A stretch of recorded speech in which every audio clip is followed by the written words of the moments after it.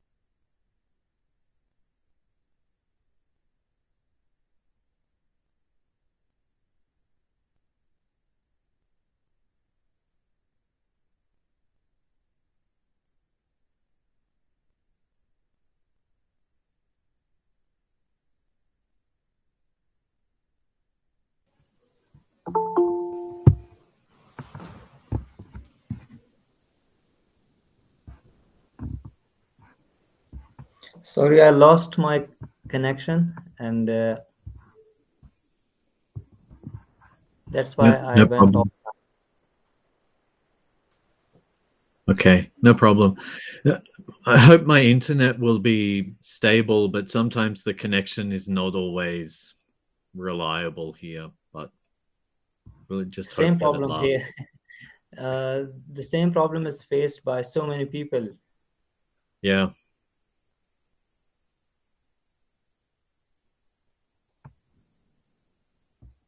So have you been giving a series of talks recently? Yeah, it's our 10th webinar. Okay. Yeah, it's our 10th webinar, and we have conducted 9 successful webinars so far. And Okay. after this webinar, Professor, we are trying for a workshop. Okay. Yeah, What we will are the trying workshop be about? Yeah, particularly on language documentation and language preservation. Mm-hmm. When is the workshop going to happen? Like I will talk to some of the partners I mentioned there, some universities and some forums. So then we'll soon decide. Okay. Yeah. And we are trying for a conference. Like some of the forums, they requested me to like conduct a conference. If the pandemic situations is a bit stable, then we may opt for a physical conference. That would be Yeah. wonderful. Yeah. How is the situation there now? How is the vaccination rate? Situations are a bit stable. In last 2 days, 2 cases have been reported of this Omicron, the new variant of COVID-19. But situations are stable. There's no lockdown in any city, and like all institutions and other other things are going well. That's good to hear. Yeah.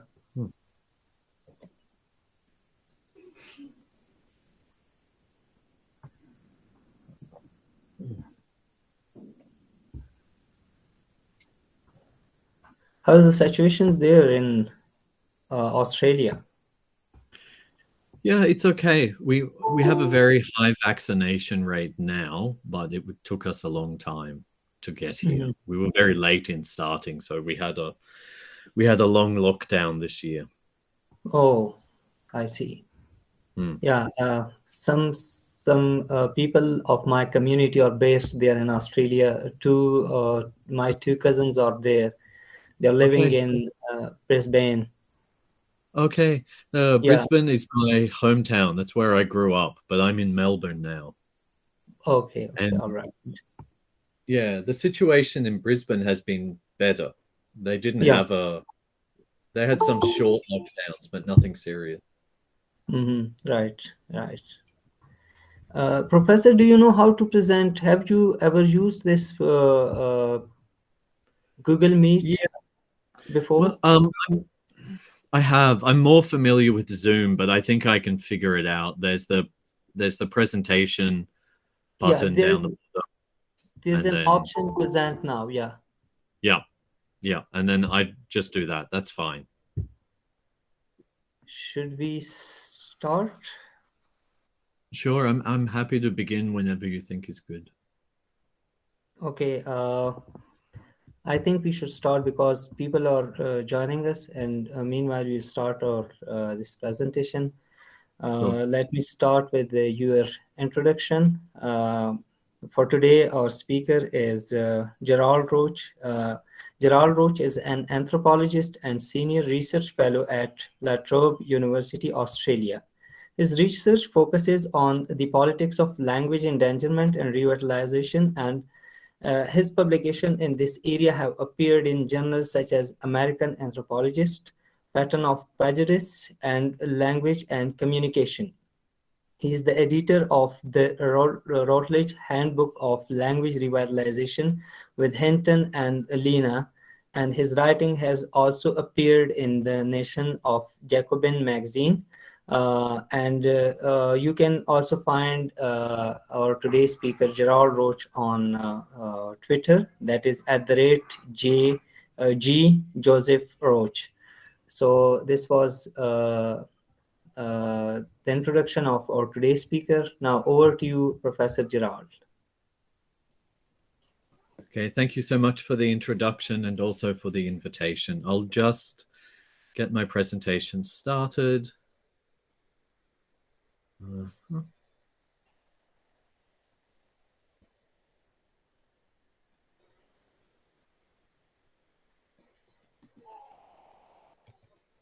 Okay. Can you see the presentation okay? Yeah, it's fine. It's visible. Okay. Yeah, I can't see you anymore, but that's fine. So Yeah. just to begin, I'll start off by acknowledging that I'm speaking to you from Melbourne, Australia, and the land where I'm talking to you from is the unceded sovereign territory of the Wurundjeri people of the Kulin Nation. I'd like to pay my respect to their elders, and I would like to acknowledge their ongoing struggle for justice and for recognition, and also their ongoing struggle to reclaim their language. There are two languages which are indigenous to the area of Melbourne. So they are the Woiwurrung and Bunurong language. And both of those languages were stopped being spoken due to the violence of colonialism, and people now are starting to bring those languages back. It's a tremendous amount of work for them to do that. So I just want to begin by acknowledging that work. So just a little bit about me to begin with. So first of all, I'm not a linguist. It's important to recognize that I'm speaking to a lot of people I know who are linguists or applied linguists or language teachers and so on. I'm not a linguist. I'm an anthropologist, and I'm a political anthropologist also, not even necessarily a linguistic anthropologist. So despite this, I am interested in language endangerment and language revitalization, but I'm interested in thinking about the politics of these issues. What are the political causes of language endangerment? What is the political significance of language revitalization? What kind of politics can support language revitalization, for example? So the talk that I'm going to be giving to you tonight is not a prepared script. It's not a paper that I've written. It's a collection of ideas that I've been thinking about, some notes that I've prepared for you. So it's kind of unpolished, it's new, it's something that I'm still working on, but I wanted to share it with you tonight. Hopefully it can start a conversation, and I'm very keen to hear your feedback on these ideas. But the general aim of what I'm going to talk to you about tonight is to think about how examining scholarship about genocide can help us understand language endangerment, and how scholarship about genocide can also help us intervene against language endangerment. So how can the scholarship on genocide help us pursue language revitalization, for example? These are the kind of questions that I'm interested in thinking about. So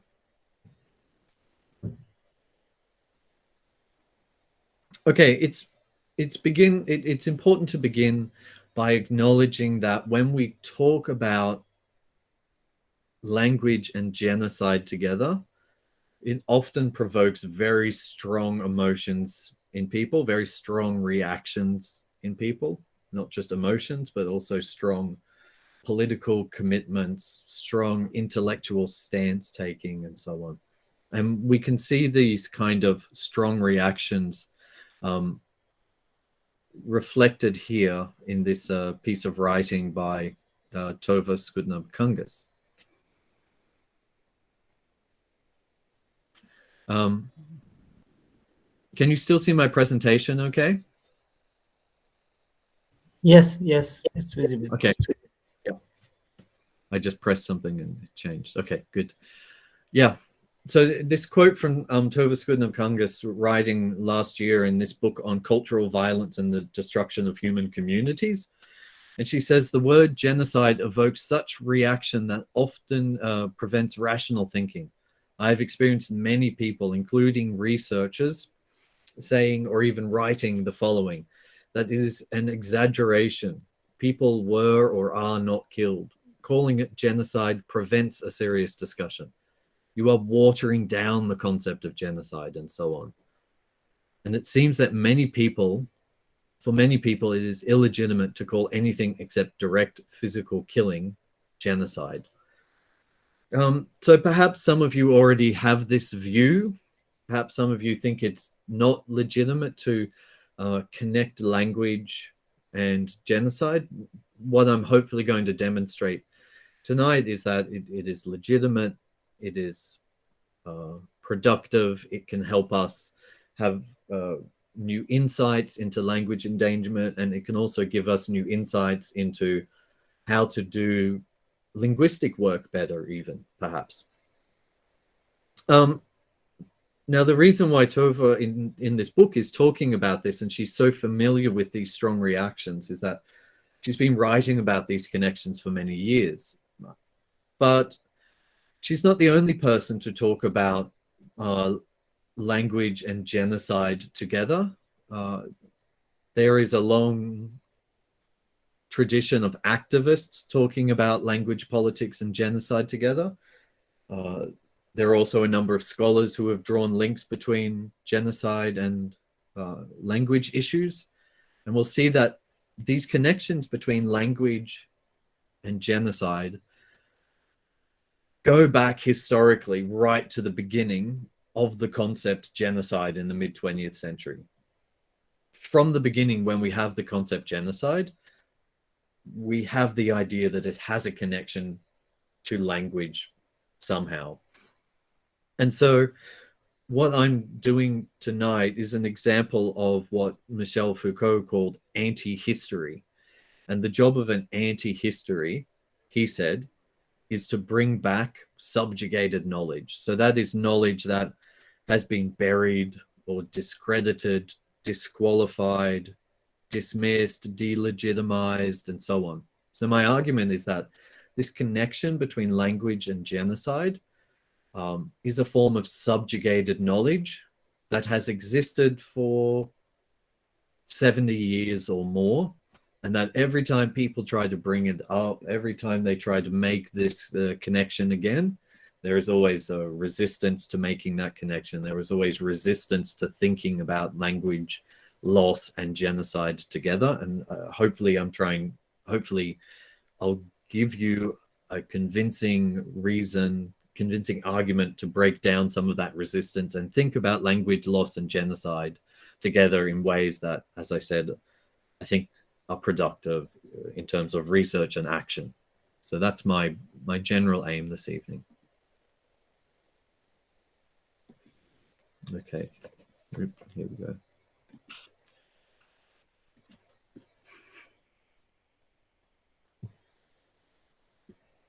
Okay, so let me give you a few practical examples of how language and genocide have been connected historically. I'll start off with this phrase, shibboleth of death. Now, as linguists, I'm sure you all know what a shibboleth is. The sociolinguist Louis-Jean Calvet, in his book Language Wars, talked about this idea of the shibboleth of death, which is a linguistic feature which leads to people dying, basically. Or it is when language is used to identify a person and mark them for death. So a couple of examples of this. In the book Next Time They'll Come to Count the Dead, War and Survival in South Sudan by Nick Turse, he describes how language was used as a way to identify people for killing. So this is a quote from the book. All over Juba, Dinka forces were employing words as weapons. Sometimes they called out to people in the Nuer language, respond in kind and you were shot. Other times they used their own language to similar effect. And later on, he quotes a student from the university. They greeted us in Dinka language, a student recalled. When we failed to answer, they said, that means you are Nuer and we are looking for Nuer. And then people were massacred on that basis. So we see their language is being used to identify them for violence. Their language is being used to identify them to be killed en masse as a group because of their identity. Another example comes from Burundi. So the historical context here is in Burundi, there were Tutsi attacks against the Hutu. And we know that this then historically led to the situation in Rwanda, which was the Hutu committing genocide against the Tutsi. And Mahmoud Mamdani talked about this in his book, When Victims Become Killers. So the anthropologist Lisa Malki has conducted interviews with refugees from Burundi and talking about the violence there. And she had this exchange. She asked someone, she was asking, how could it be possible to know a person's identity with certainty enough to kill? And one of the Hutu refugees that she spoke to told her that there are symbols that differentiate Hutu and Tutsi. The person listed 12 different symbols to differentiate between Hutu and Tutsi, and one of them included language. And the person said, their voice, their language, they have a haughtiness in their language. For example, for you, do you understand? You. So for you, the Hutu say sha, and the Tutsi say hya. Well, then their word for goat, the Hutu say impene, and the Tutsi say ihene, and other differences which differentiate the languages.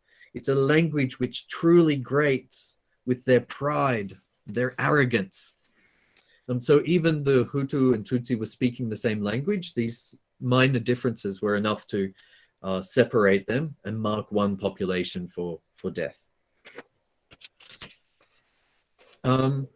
Another example here, language bans and genocide. I'll just give one case study. So from Cambodia during the Khmer Rouge genocide that was committed, one population that was targeted was the Cham population, who are a Muslim minority in Cambodia.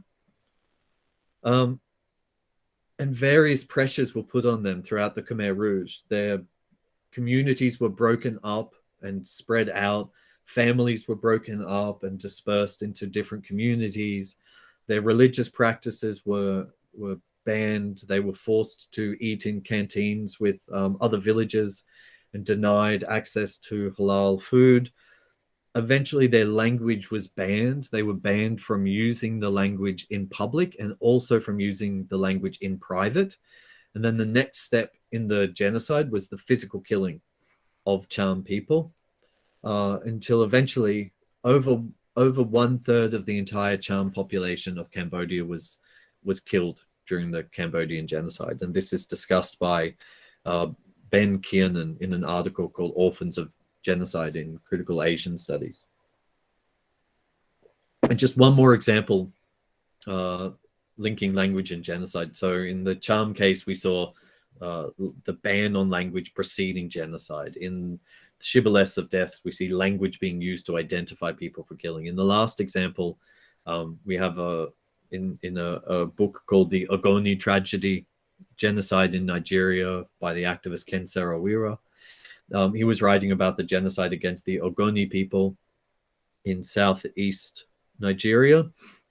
And he talked about the way that the exclusion of the language from major public institutions like schools was part of a policy of genocide which aimed to destroy them, and also included the destruction of their physical environment through exploitative, violent forms of economic exploitation that made their lands unusable to them. And so he says in his book, in 1990, the Ogoni people took stock of their situation, and they found that for all the wealth on their land, so they had oil, they had no schools, no hospitals, and no roads. They found that their languages were dying. The Ogoni languages of Gokana and Kana, so it's two main languages of the Ogoni people, are underdeveloped and are about to disappear, whereas other Nigerian languages are being forced upon us. So he makes these links there between the way that the Ogoni community has been underdeveloped, and no roads, no schools, no hospitals. They're being exploited, so their wealth is being taken away from them. And at the same time, their language is dying through this process, and another language is being forced upon them. So we see here the link between genocide and language is one of exclusion. Now, we could give many more examples of these kind of links between language loss, language politics, and genocide, but hopefully this small sample is enough to justify us moving forward with this exploration of genocide and language loss. And I want to turn next to look at the history of why we no longer think about genocide and language loss together, the history of the subjugation of this knowledge. So, okay.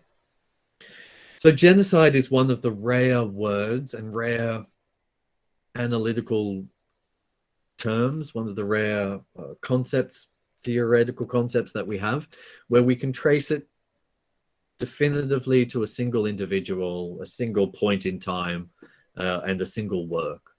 So the word genocide was invented by this man, Raphael Lemkin, living born in Europe in 1900 in Poland, and left during World War II, went to Sweden and then went to the USA, died in 1959. And he coined this term genocide and defined it for the first time in this book, Axis Rule in Occupied Europe. Now, where did this idea come from?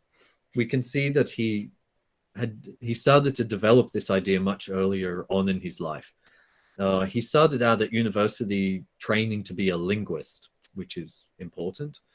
And then he became obsessed with this idea of the destruction of nations, the destruction of peoples. And he became a lawyer and began researching historical examples of genocide. There was no word for it at that time. And in 1933, there was an international legal conference in Madrid, and he tried to attend but couldn't get there, but he sent his paper to be read, and he had these two concepts of crimes of barbarity and crimes of vandalism. The crimes of barbarity referred to what we would think today as atrocity crimes, human rights violations, so extreme violence, extreme destruction, usually against civilians. And the crimes of vandalism here, this referred to cultural destruction. So the destruction of museums, libraries, artworks, the suppression of books, of language, and so on. And so he started to think about these ideas at least as early as 1933. And from then onwards, well, later on, he combined these two ideas of the crime of barbarity and vandalism together in his concept of genocide that he defined in this book, Axis, Rule, and Occupied Europe. So this book was published before the end of World War II on the basis of Lemkin's observations about what was happening in Europe, and on the basis of legal documents, policy documents, and media reports that he collected from across Europe while he was in Sweden. And he looked at the legal structure, the political structure of German rule throughout Europe, and that's how he came to define this idea of genocide.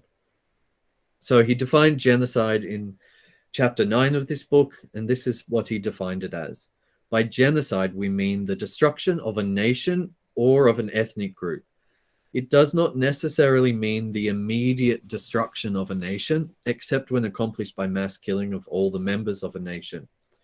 It is intended rather to signify a coordinated plan of different actions aiming at the destruction of essential foundations of the life of national groups, with the aim of annihilating the group themselves. So you can see here the key idea is the destruction of the group, the annihilation of the group. The objectives of such a plan would be disintegration of the political and social institutions, of culture, language, national feelings, religion, and the economic existence of national groups, and the destruction of the personal security, liberty, health, dignity, and even the lives of the individuals belonging to such a group. So you can see that he brings language into the definition of genocide. The original definition of genocide unequivocally and clearly and explicitly includes the destruction of language, the suppression of language, the disintegration of language is the word that he used. And it's part of an integrated plan to destroy a group of people. That's the way that he envisages it.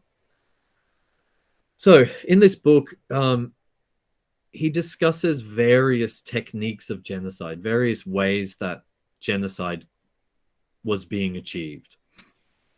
And he was describing empirically what he was seeing in Europe. This wasn't an abstract concept to him.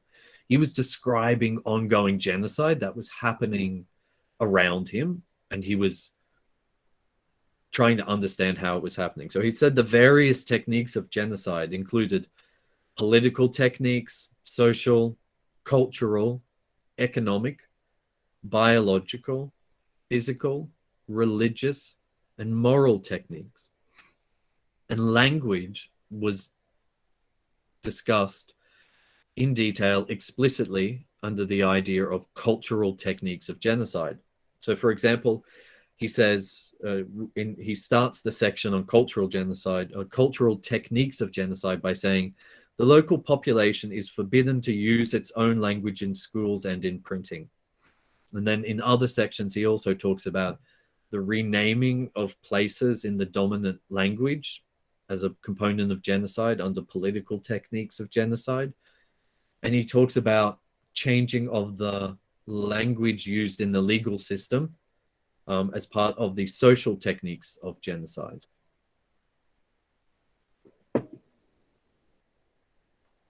So from the beginning, language and genocide were connected. Genocide was an integrated plan to destroy a group of people. The suppression of their language, the disintegration of their language, the banning of their language from certain parts of life was part of genocide. Lemkin then went on to advocate for the rest of his life to make genocide international law. And he was successful in his lifetime. So it's enshrined in a convention by the United Nations. And here is the text now of the UN Genocide Convention that was signed in 1948. And we see that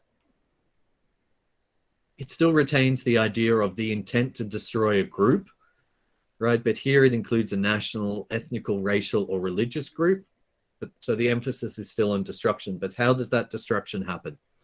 Killing, bodily or mental harm,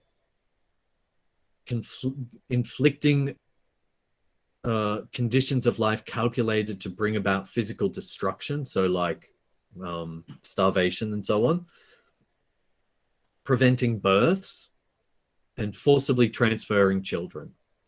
So what is gone from here is any mention of culture and any mention of language. Now you can interpret some of those points to be about language and culture, but there is no clear, explicit mention of language here, when we know that Lemkin intended it to be there in the concept. So what happened? That's the history that I want to tell next. So here's a brief timeline of the drafting of the Genocide Convention. It basically went through several different versions that were debated by members of the United Nations until its final version in December 1948. So there was about a 2-year period in which the exact wording, the exact text of the Genocide Convention was debated, changed, reformulated, and so on. So I'll go through those different steps now. So in 1946, in December, there was a resolution taken in the UN General Assembly to conduct an investigation about moving towards a genocide convention. And this initiated a process. And the next step in this was that in 1947, in May, the first draft of the Genocide Convention was submitted for consideration in the United Nations. And this first draft is called the Secretariat Draft. The Secretariat Draft was created by Raphael Lemkin together with 2 other legal experts. And they debated how to formulate the definition of genocide. At this time, their definition included physical, cultural, and biological genocide. And it contained a list of techniques of cultural genocide. And amongst those, it included a prohibition of the use of the national language, even in private conversation. And it also included systematic destruction of books printed in the national language. So here we see that language, there were at least 2 techniques aimed at language, which could be part of cultural techniques of genocide, prohibiting language and destroying books or printed materials. But in addition to that, this definition of genocide included language in a second way. So in the category of protected groups, so who can be targeted by genocide, who should be protected against genocide. Now, in the final version, it says racial, national, ethnical, religious groups. But in this, the Secretariat draft, it also contained linguistic groups. So the complete list was racial, national, linguistic, religious, or political groups.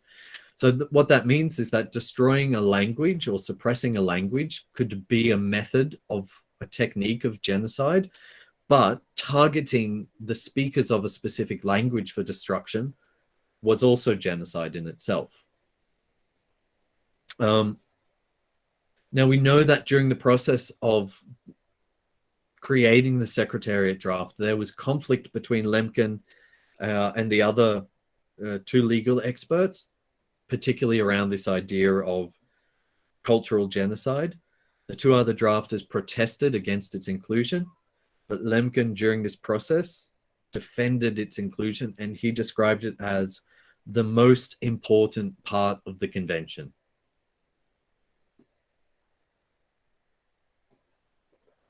Okay, so next was the sitting of the ad hoc committee, which was assembled to discuss this draft.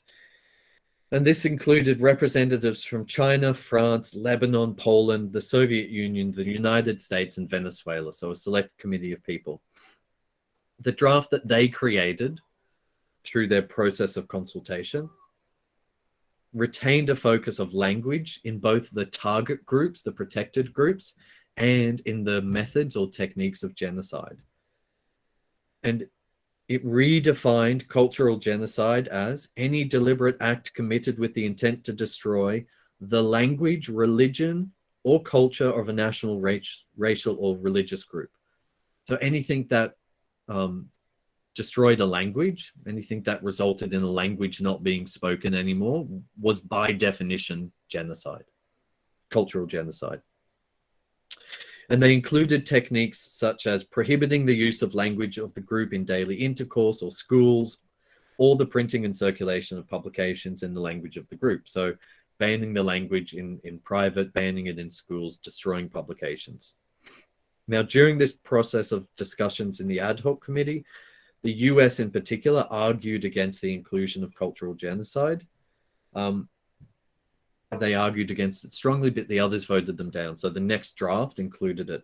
This draft then went on to the 6th committee, and it was during the deliberations of the 6th committee when cultural genocide was finally removed. Now, during this process, interestingly, Pakistan was involved, and they argued for the inclusion of cultural genocide in the convention. The representative of Pakistan at that time said it would be against all reason to treat physical genocide as a crime and not do the same for cultural genocide. So the Pakistan representative saw cultural genocide and physical genocide as equivalent and equally necessary of punishment. However, Denmark, the Netherlands, France, and the US were strong advocates for removing cultural genocide from the convention. The other strong supporter for keeping it was the USSR. However, in the end, there was a vote, and it voted against including cultural genocide. So 25 voted to remove it, 16 voted to retain it, and 4 people abstained from it. And so the final convention that came out in 1948 no longer had any mention of cultural genocide in it whatsoever. So this is that's the historical process of the subjugation of this knowledge linking genocide and language loss. Why was this done? We see some of these arguments that were made in the debates. So this is from the preparatory documents that have been collected, 2,000 pages of published documents about all of the debates and arguments that were made in preparing the Genocide Convention. We see examples of the kind of arguments here. They're divided, there's 3 quotes divided into 2. So in the first one, we see the representative of Canada and Denmark making the same argument, which is basically that it is unreasonable to consider murder, mass killing together with language suppression, that it is unreasonable, illogical, and perhaps even immoral to think about these 2 things together. The second objection that we see here from the USA was that it was more important to defend people's freedom of choice than to protect their language. That was the essentially the US position, that defending languages, protecting languages would perhaps inhibit personal choice. So that's just a sample of the sort of arguments that people were making, and that is why we have this status of subjugated knowledge now. Lemkin intended language suppression to be an element and a central element of genocide, but it no longer is. These are the kind of arguments that people make. I've also presented other reasons earlier about why we should think about these things together, because language suppression, language in general, and genocide have physically been linked together. I also think that there are important theoretical, intellectual, scholarly reasons to think about these things together, and that's what I want to talk about next. So, okay. The history that I've just presented is basically summarized from other people's works and a little bit of my own research in the preparatory documents for the Genocide Convention. People have talked a lot about the removal of cultural genocide from the Genocide Convention, but not specifically about language. And so I've been looking into the preparatory documents to find more about that. The other thing that I've been doing is reading the genocide studies literature, and that's where this general history that I've been talking to you about comes from. And this is part of what I call very broadly new genocide studies. And what I want to argue is that new genocide studies provides us with some ways to think about language oppression, language loss, language endangerment in new ways. So I've already been speaking for 33 minutes. I'll try and finish up in the next 10 minutes or so that we have more time to talk afterwards. So I'll finish at about 45 or 50 minutes, hopefully. Okay, so what is the new genocide studies? So I would say that the precursors to this body of scholarship date back to the 1980s and 1990s. And during that phase, we see scholars like Martin Shaw and Helen Fine establish the field that they call the sociology of genocide. So looking at genocide comparatively, trying to distill patterns of genocide, etc. In 1981, Leo Cooper, a legal scholar, published a book on the politics of genocide, where he presented some of this history of the formulation of the Genocide Convention. He looked at the way that the Genocide Convention was a compromise that really didn't work to prevent genocide anymore. A little bit later on in the 90s, we start to see scholarship, particularly in the US, from people like David Stannard and Ward Churchill, looking at the relationship between colonization, colonialism, and genocide. So two important books here were American Holocaust by Stannard and A Little Matter of Genocide by Ward Churchill. So these were the precursors to the new genocide studies. The new genocide studies itself, I would date back to the 21st century, and we see that in the work of people like Dirk Moses. You can see his most recent book in the top right here. Damien Short, this book Redefining Genocide with the circle. Claudia Card in the bottom right doesn't focus on genocide, but her work has been very influential.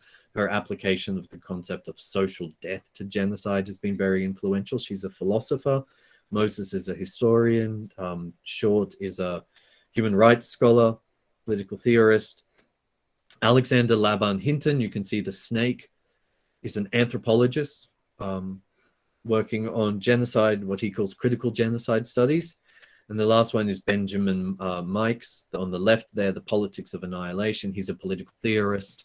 This recently published book, A Genealogy of Genocide, is an outstanding, extremely useful and insightful history of the concept of genocide.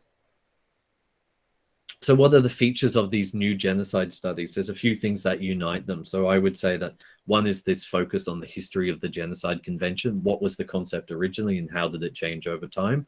The second one is a move beyond the Holocaust as the prototypical and perhaps the only historical example of genocide. The new genocide studies have really looked beyond the Holocaust as an example of genocide, and particularly they've investigated the relationship between imperialism, colonialism, and genocide.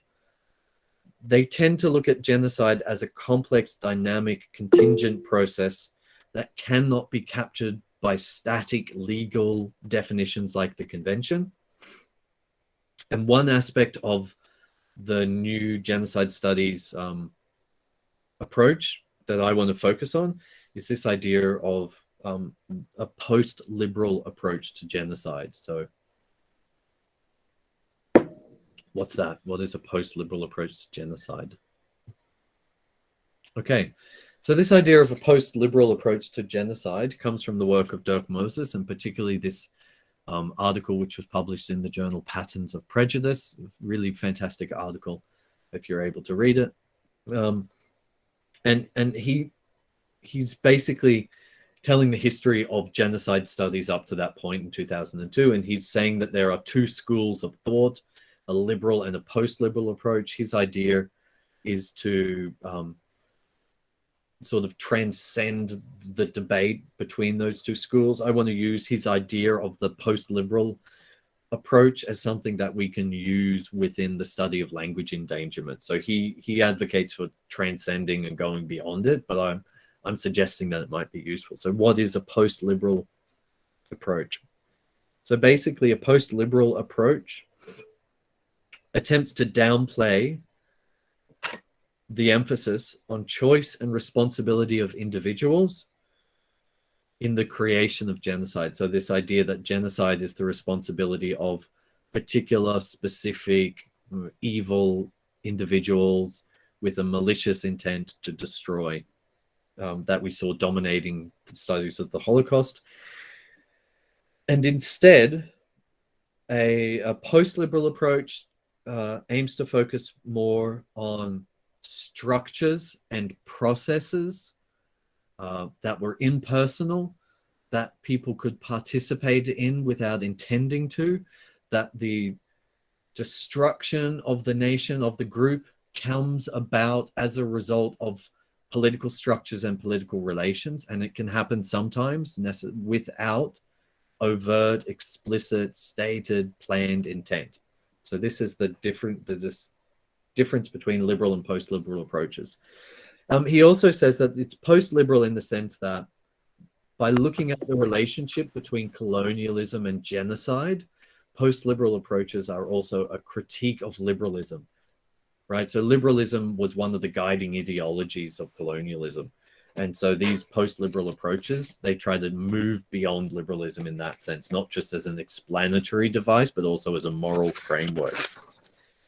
Okay.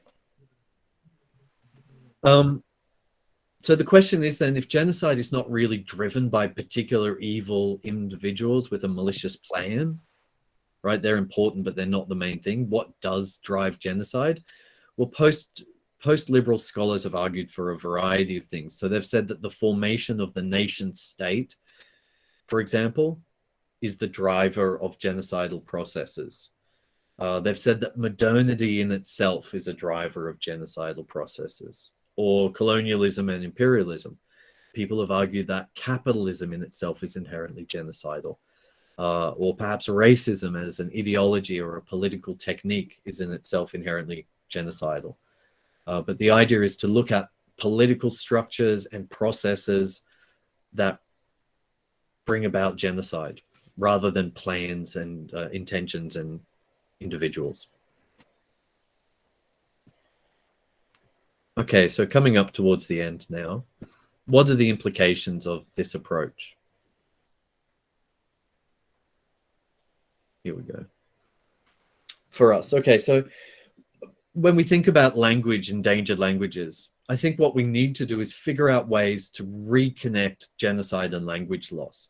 We need to find ways to sort of de-subjugate that knowledge.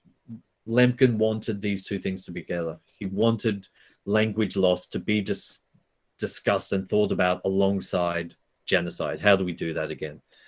One of the ways that I think we can do that is take a post-liberal approach to language endangerment, which is to say that we need to investigate the historical, structural drivers of language endangerment. And that's why in my work I talk about, because we think about it as a political fact, we think about it in terms of structures and relations and processes, I refer to it as language oppression rather than language endangerment. And so we need to say, where does that language oppression come from? How is it achieved? How is it sustained and maintained, right? And that involves a critical engagement with the history of language oppression. So we need to look at, when did this start to happen? When did it become endangered, and what was happening at that point in time? We often don't see the origins until a generation later, when people start transmitting a different language. So we need to look at that point in time when language shift starts to occur, and we need to think about what was happening in the parents' generation when they were growing up, what structures were in place, what processes were going on, what relations were established that started this process of language shift, right?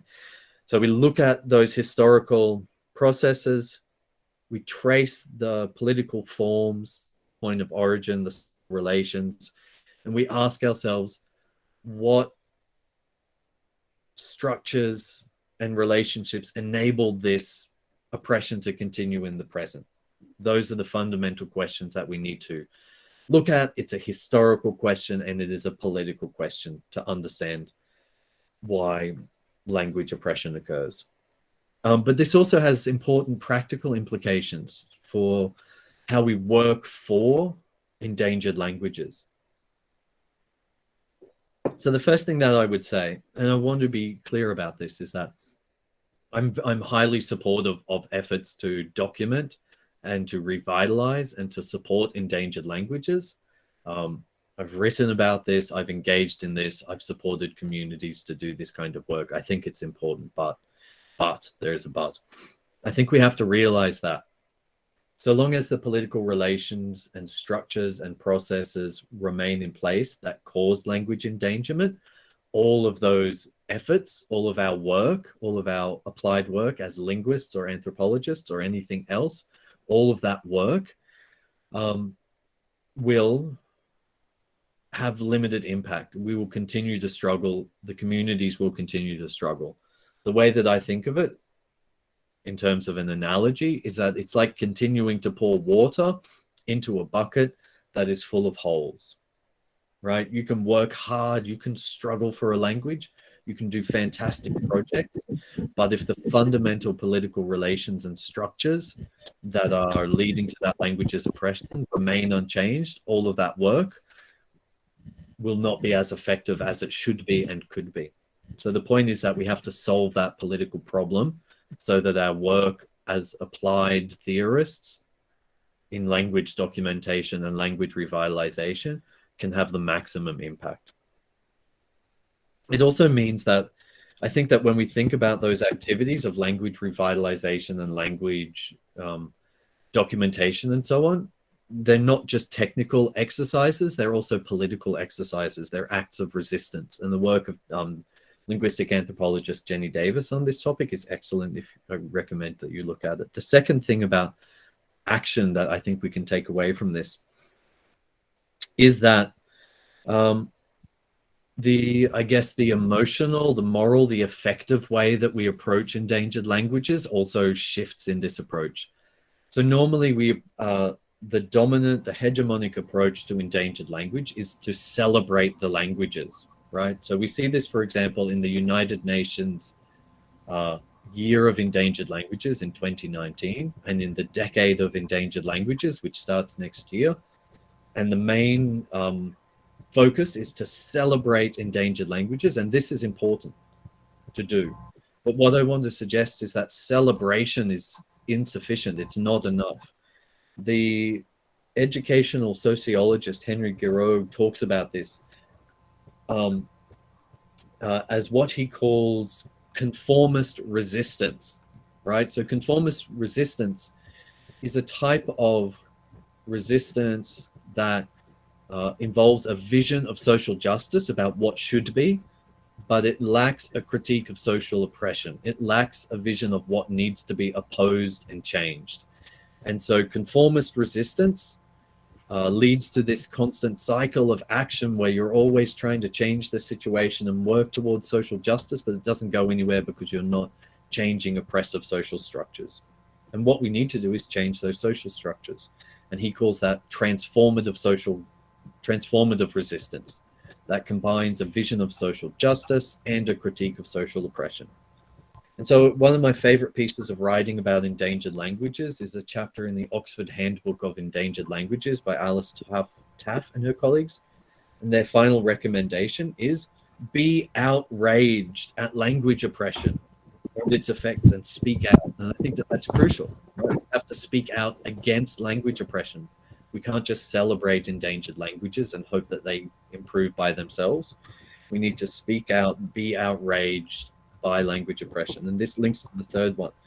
What I'm calling the third recommendation here, I call it an abolitionist framework, which is that I think we need to get rid of language oppression, right? It's only when language oppression is abolished that all of our work.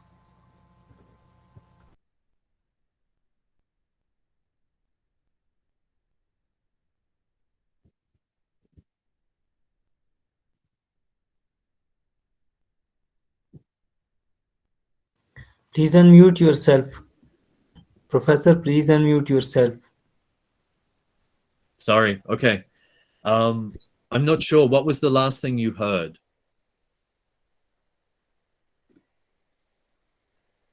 About a chapter in the handbook and implications.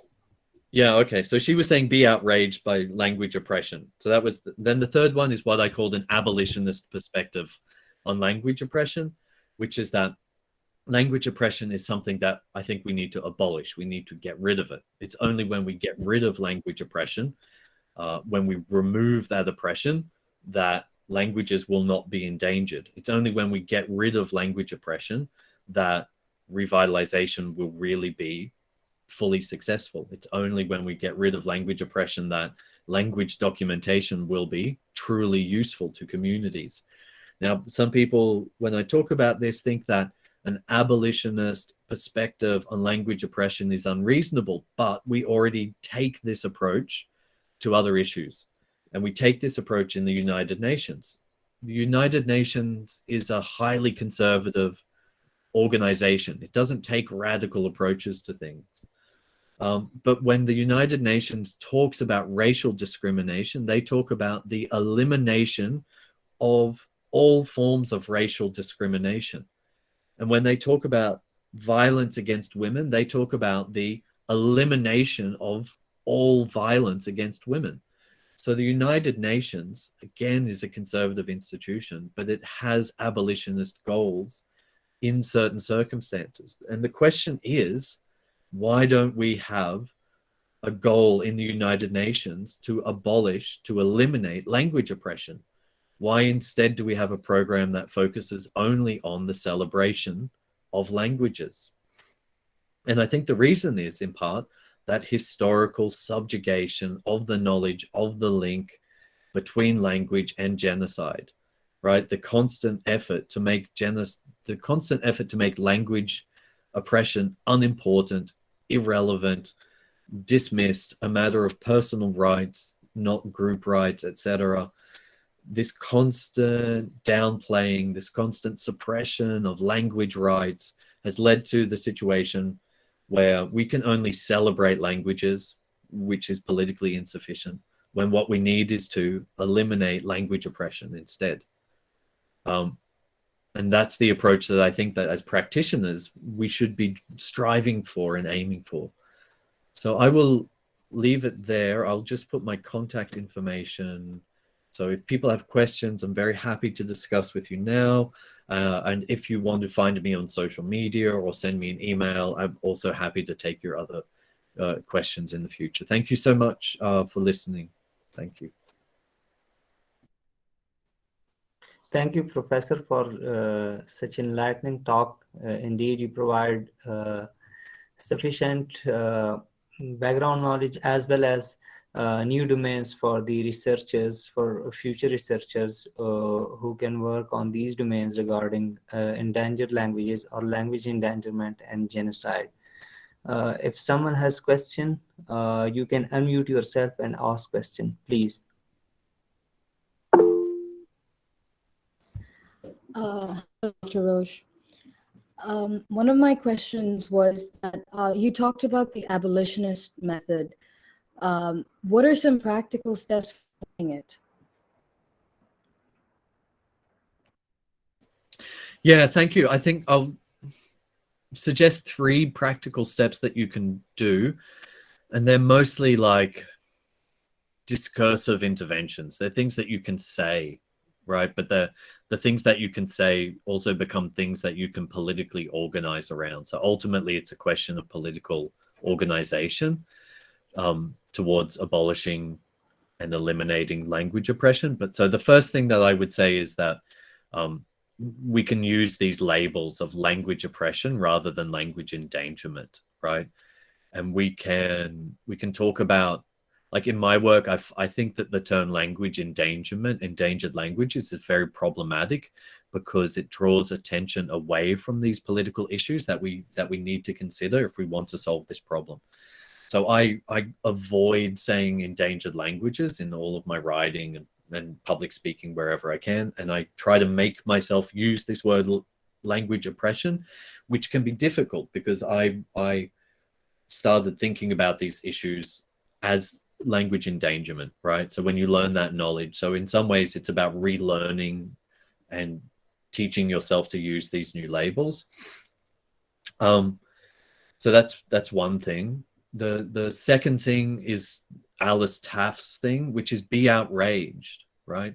Be angry about language oppression, because people will sometimes say that sometimes people will agree that language oppression is the appropriate term, but they will describe it as a kind of historically inevitable thing that happens because of modernization, because of globalization, because of urbanization, and so on, right? And what they never consider is that these processes only harm politically vulnerable languages, right? There's no such thing as automatic language oppression. It always happens to someone for a reason.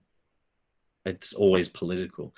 And that's why we should be outraged, right? And when we become outraged, when we become angry, it gives us the strength to do things. It gives us the courage to do more.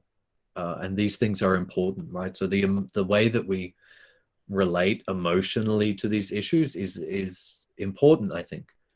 And so the third thing that I would say that we can do to adopt this abolitionist perspective is to promote language rights, right? To think about, learn about, and promote language rights. Language oppression always happens through the denial of language rights. You take away people's right to a mother tongue education, take away their right to revitalize their languages, take away their right to name their language, take away their right to have media in their language. These are all rights that are enshrined in the United Nations Declaration on the Rights of Indigenous People, for example. So an abolitionist perspective using a rights-based approach enables us to examine where oppression is occurring, specifically in particular moments, and taking that language, the labels of language oppression, taking that anger and that outrage about what's happening, and then taking a rights-based approach to specific moments enables us to sort of identify and intervene in specific moments to say, this is happening, this is not wrong, it must be opposed, it must be stopped. And then organizing politically around doing that.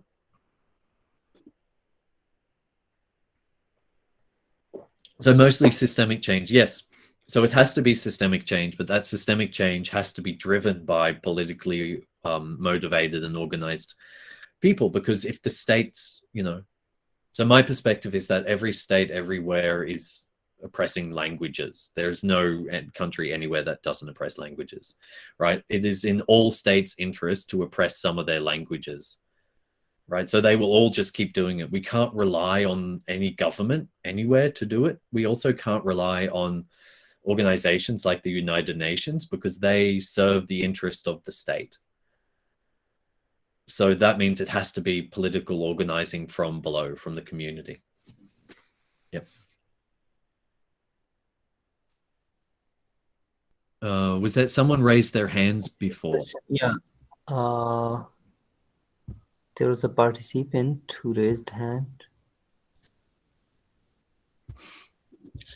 Yes, my name is Wale. Can you hear me? I'm from Nigeria. Yes, Wale, I can hear you. Yes. Yeah, thank you so much for this presentation. I really, really appreciate it. Concerning the Ogoni issue that you raised earlier, I think the marginalization of the Ogoni people still continues till today.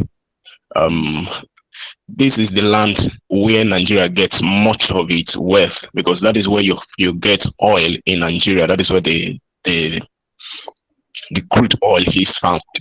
But Yeah. unfortunately, the people are oppressed. Their land, their water is undrinkable, and their language is also oppressed. In Nigeria, we have many languages, but unfortunately, the government promotes just three, which are Igbo, Yoruba, and Hausa. There is no Ogoni language among those three, and Ogoni is, kind of putting more than 80% of Nigeria's revenue. So which means Nigeria depends mainly on the Ogoni land. Yet they are suppressing those people in such situations, and they've been trying to oppress anybody who comes up. For instance, Ken Saro-Wiwa that you talked about, he was unfortunately later killed by the Nigerian government when he raised a voice against this oppression. So what do you think people can do in such a situation when the government is trying to even oppress people who are trying to raise, a voice against this linguistic oppression or language oppression that you talked about, sir? Yeah. Okay. Yeah. So thank you so much for adding some information there about the situation in Nigeria, because I'm just relying on a few sources for that kind of information. So I'm aware of the situation, but I don't have the detail and knowledge that you do. So I'm very appreciative of you sharing that. I think it's really important to take these issues of political safety seriously. So I lived in China for 8 years, and I worked with Tibetan communities there. And this is where I developed my thinking about these issues. But it would have been impossible to have these conversations inside China. So I've written about the use of language rights discourses by Tibetans in China, and it's very risky. It's very dangerous for them to do that. People go to prison. Organizations that try to advocate for language rights are broken up. People are punished. They're denied employment, all of these kind of things. So it can be very difficult for people in particular countries to advocate for their own rights. And that's why I also advocate for, like, everyone should advocate for everyone else's language rights, right? This is something that everyone can advocate for. It doesn't have to be a person who speaks in endangered languages. We should all advocate for language rights for everybody.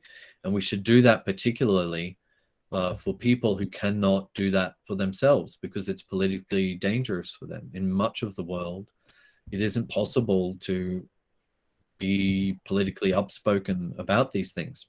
So I think those of us who have the chance to advocate for language rights should advocate language rights for everybody and for every language. And those of us who can't, when I was in China, people find ways to work around these things. They find ways to use their languages and maintain their languages, and they find ways to be politically critical in ways that are also safe for them. So I think that's another conversation about how people do that. So anthropologists have talked about this. The one anthropologist whose work on this, James Scott, talked about this idea of infrapolitics, which is the way that people engage in resistance when they can't do so openly. So his work is a good starting point for thinking about this issue, but I think it's another conversation. I don't want to go into too much detail, but thank you again for sharing your knowledge, and thank you for that question. Any other question? Hello, sir. Yes, can I ask a question? Hello, sir. Yes, Hamid. Sure. Thank you, Professor, for us. can a state not recognizing a language in the Constitution be called genocidal? Sorry, can you ask that again? Can a state not recognizing a language, a particular language in the Constitution, be called genocidal? So I don't think that's enough for it to be considered genocidal. Most constitutions don't have specific mention of particular languages. I think that not mentioning the language in the Constitution is evidence of political structures that might lead to language oppression that might lead to that might be part of genocide, right? So I think it's important to distinguish between genocide and language oppression. I think language oppression, which is the political relationship that leads a language to have a diminishing number of speakers, I think language oppression is a part of genocide, but it's not the same thing as genocide. It's part of that integrated plan to destroy a group. So I would say that excluding a language from the Constitution, it indicates a desire to exclude that language, to give it a lesser place in the hierarchy. The question is like, what are the consequences of that exclusion? What does it result in? How is that connected to things like the use of language in education, use of language in media, the right to develop and revitalize that language? How does that relate to the allocation of resources between languages?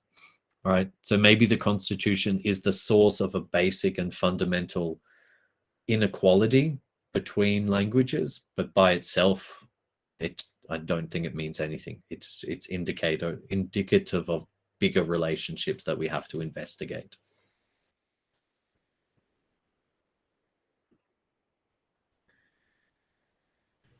Hello, sir. Yes, please. May I ask you a question, sir? Yes, go ahead. Thank you, sir. Your session is very enlightening, sir, and I personally exposed to a very new approach of political operation, linguistic operations, and genocide. As being a student of politics, sir, I would say that if we see into the world, you have spoke about that the modernization, the globalization, and the technology, they are creating a genocide, and inherently they are creating genocide, but they are also making the standard of living, they are improving the standard of living, and especially if as the topic is concerned about the language. So these modern approaches and technology have provided a bigger space for potentially exposing the languages. So how do you see that these things are not empowering the language, rather they are oppressing the languages?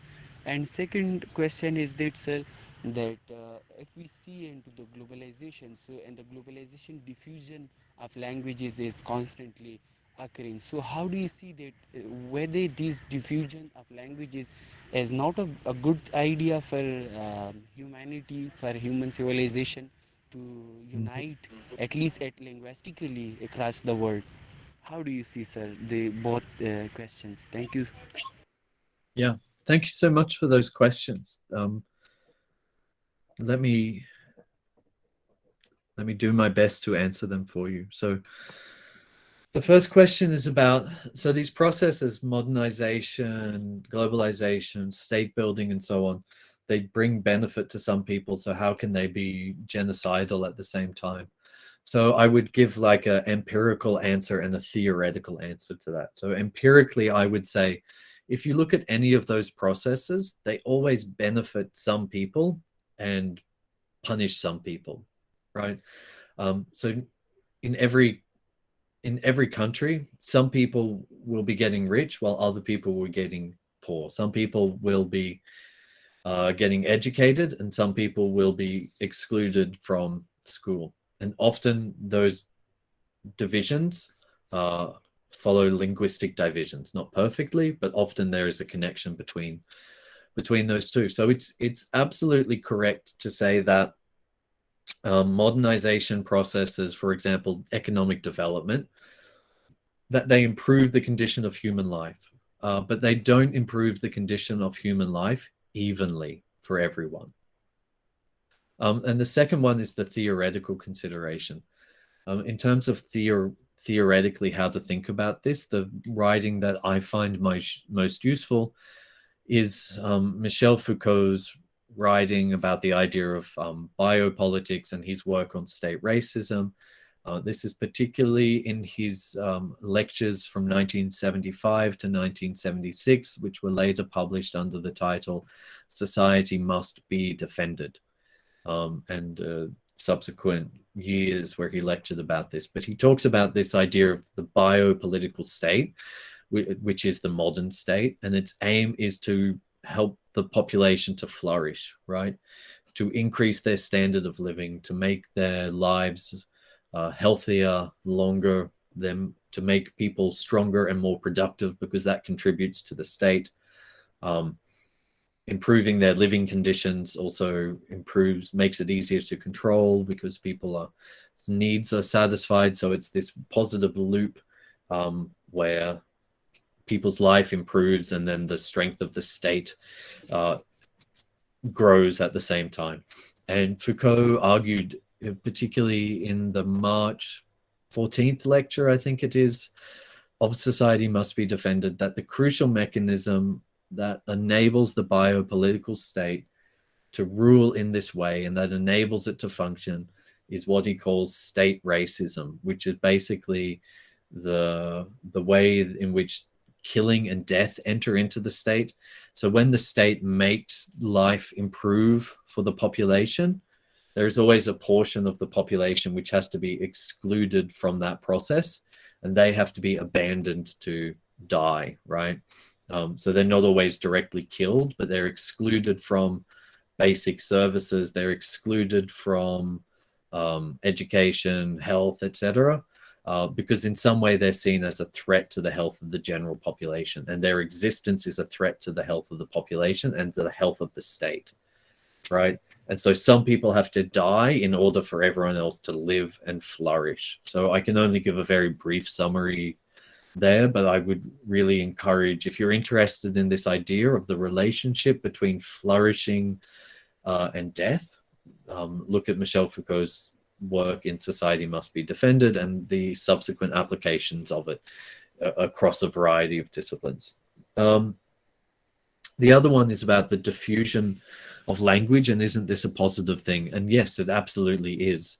And I am absolutely in favor of multilingualism. I am absolutely in favor of people learning many languages. I'm absolutely in favor of having networks of communication that are as broad and wide as possible, right? And that involves multilingualism so that we can all be connected and share and understand, and that is so important.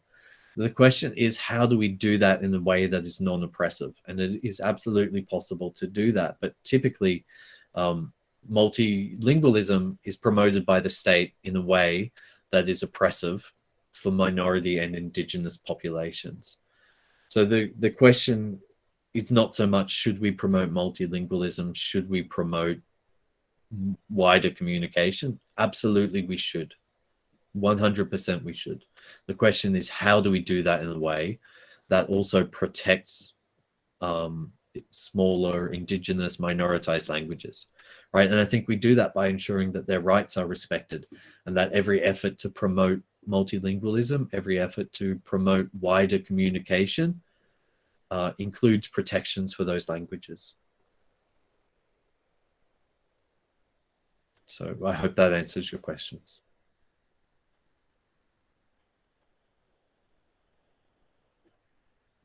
Thank you so much. Any other question?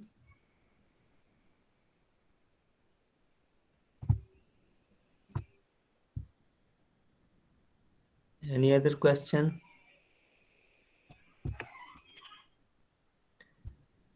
I think there is no question. Let me thank